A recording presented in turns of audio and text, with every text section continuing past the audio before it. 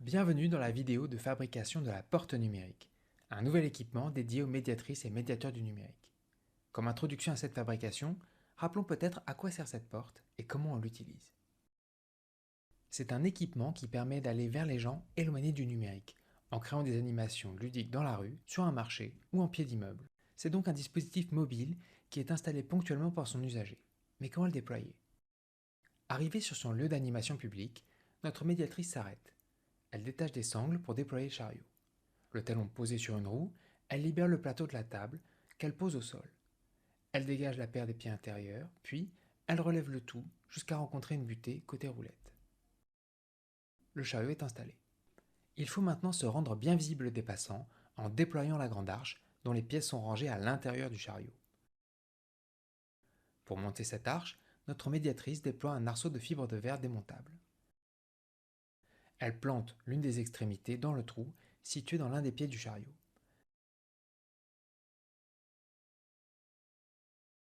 Elle plante l'autre extrémité de l'arceau dans une courte pièce de connexion tout-terrain.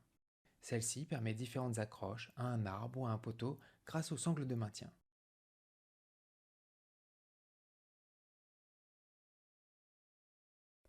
Pour poursuivre le montage de cette signalétique, l'animatrice clipse sur l'arceau les différents pictopixels, du plus petit au plus grand en partant du chariot.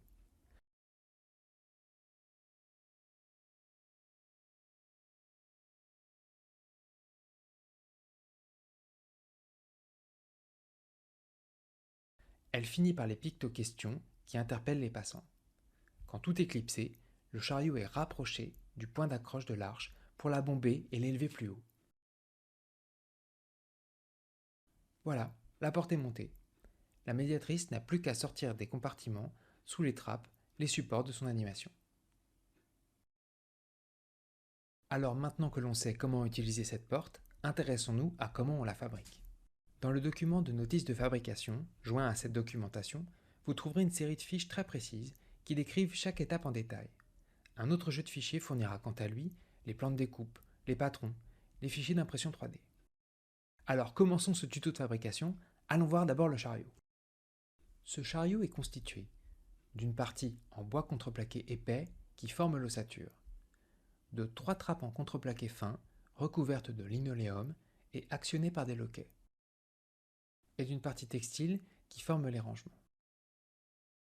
Penchons-nous d'abord sur la partie bois qui forme l'ossature. Toutes ces pièces en bois sont usinées dans un même panneau de contreplaqué d'épaisseur 15 mm. On choisira de préférence du peuplier car il est bien moins lourd. Le châssis est formé de 5 pièces, le plateau, 2 montants sur les côtés, une poignée et une plaque de fond qui raidit l'ensemble. Les pieds du chariot, quant à eux, fonctionnent par paires et sont reliés 2 à 2 par des traverses. Les deux paires sont différentes. La paire des pieds fixés à l'extérieur de la table est plus écartée et porte les roulettes. La paire des pieds intérieurs, elle, est moins écartée et plus simple. Lorsque le châssis et les paires de pieds sont prêts, il manque simplement quelques finitions à réaliser avant de monter l'ensemble. Dans ces finitions, il y a un ponçage doux, le marquage du nom de l'objet sur l'un des montants, peint grâce à des lettres pochoirs découpées au préalable dans du vinyle, un vernis de protection, la pose de bandes de mousse adhésive pour protéger l'objet des contacts avec le sol. Toutes vos pièces sont apprêtées? Alors finissons cette partie bois en réalisant l'assemblage. Les pieds sont fixés au châssis grâce à de petits tubes d'acier insérés dans les trous usinés dans les montants. Ces tubes sont les axes de rotation.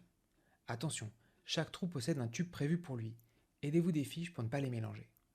Pour enfoncer les tubes dans le châssis, vous pouvez vous aider d'un serre-joint et de cales.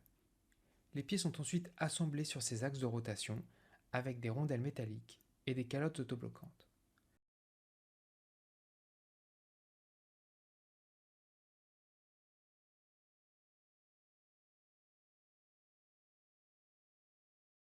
Les roulettes se montent de la même façon.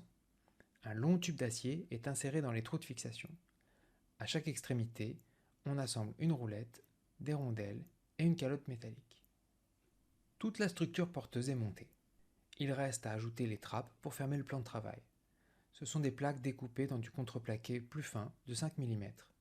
Elles sont recouvertes de linoléum et équipées de loquets à imprimer en PLA. Voilà, la partie bois est terminée. Maintenant, allons attaquer les rangements textiles, là où les animateurs rangeront toutes leurs affaires. Cette partie textile est organisée autour d'un cadre en bois et d'un ensemble de tourillons également en bois. Il y a une couche textile intérieure faite de 3 casiers tissus cousus entre eux et qui forment des coulisses pour insérer les tourillons supérieurs. Il y a aussi des coulisses plus bas pour retenir les 2 longs tourillons inférieurs. Ces casiers sont renforcés par des thermocollants et dotés d'un scratch sur leur revers. Il y a ensuite la couche textile extérieure, la housse, qui se scratche sur la couche des casiers.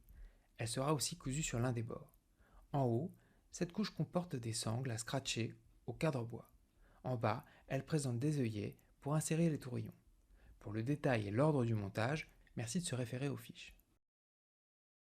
D'autres petites fonctions ont été rajoutées dans cette partie textile pour faciliter les transports. Il y a des poches et des élastiques intérieurs pour maintenir les objets. Il y a une poche soufflée. Il y a des sangles qui maintiennent les pieds contre le châssis pendant le voyage. Enfin, quand cette partie textile est achevée, elle se vissera sous le plateau. Voilà, le chariot est terminé. Il ne reste plus qu'à fabriquer l'arche signalétique. Pour constituer cette arche, il faut un arceau, des pictos en bois décorés pixels, un petit pied d'arche pour la fixer dans l'environnement. L'arceau est un arceau de tente standard en fibre de verre, disponible dans le commerce. Les pictopixels, eux, sont découpés dans du contreplaqué 5 mm, tout comme les trappes. Leur habillage est en vinyle adhésif détaillé au plotter de découpe. Les fichiers sont également fournis.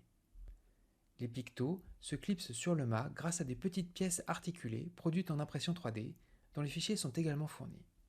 Enfin, le petit pied de l'arche est un simple assemblage de contreplaqué décoré en vinyle.